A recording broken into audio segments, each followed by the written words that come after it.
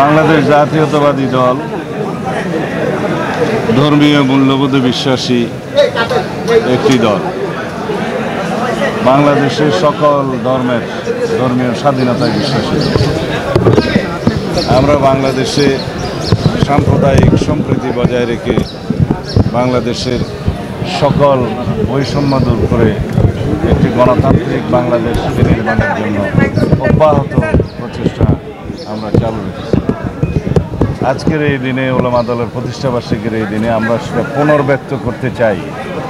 বাংলাদেশের সকল ধর্মের সকল মানুষ ধর্মীয় স্বাধীনতা সম্পূর্ণভাবে ভোগ করবে। সাম্প্রদায়িক সম্প্রীতি বাংলাদেশে সবসময় অক্ষুণ্ণ থাকবে। যারা বাংলাদেশে ধর্মীয় বিভিন্ন সম্প্রদায়ের লোক বলে আখ্যায়িত হতে চান, আমি তাদেরকে বলবো, আমরা এখানে সবাই বাংলাদেশি নাগরিক, সবাই বাংলাদেশের সিটিজেন, সবাই সমভাবে বাংলাদেশের সকল অধিকার ভোগ করব। এখানে কোনো সংখ্যালঘু এবং সংখ্যাগুরু থাকবে না।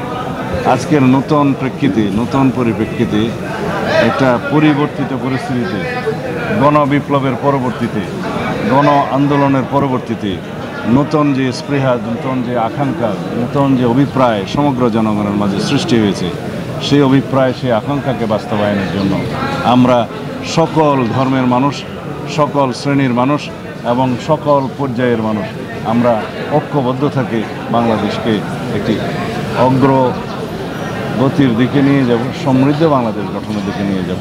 এটা আমাদের মহান রাষ্ট্রপতি, আমাদের দলের প্রতিষ্ঠাতা শহীদ জিয়াউর রহমানের স্বপ্ন ছিল, এই দেশের মানুষের স্বপ্ন। একটা প্রশ্ন ছিল, যেটা হচ্ছে যে সরকার কমিশন গঠন করছে, 6টি কমিশন গঠন করছে, তারা কাজ করছে বেশ অনেকদিনই হয়ে গেল। তো আপনারা কি মনে করছেন তাদের যে কর্মকাণ্ড সেটাকে আসলে আপনারা কীভাবে মূল্যায়ন করছেন এবং নির্বাচনের জন্য আসলে আপনারা কতদিন সময় দিতে চান? সংস্কারের প্রশ্নটা আজকে এই মাজারের সাথে বোধহয় একই সাথে যায় না, তারপর আপনি প্রশ্ন করেছেন বলি। সরকার যে 6টা সংস্কার কমিশন ঘোষণা করেছেন সেটা আমার জানা মতে এখনও পর্যন্ত পূর্ণাঙ্গ হয়নি।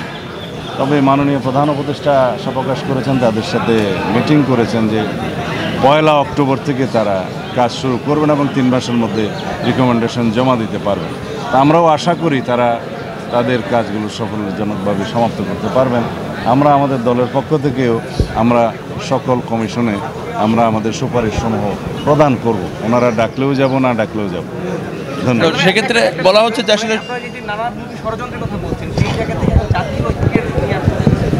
বিভক্ত করার আবার চেষ্টা হচ্ছে কিনা, এগুলো নিয়ে আমরা অনেক কথা বলেছি।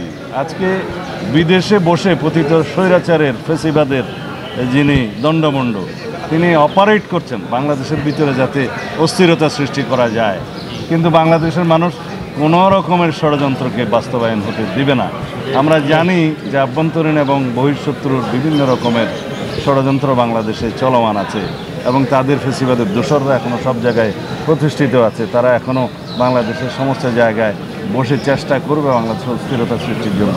কিন্তু গণ আন্দোলনের যে আকাঙ্ক্ষা, গণবিপ্লবের পরবর্তী মানুষের যে অভিপ্রায় এবং মানুষের মধ্যে যে উচ্ছ্বাস সৃষ্টি হয়েছে, তার মুখে সব কিছু ভেসে যাবে।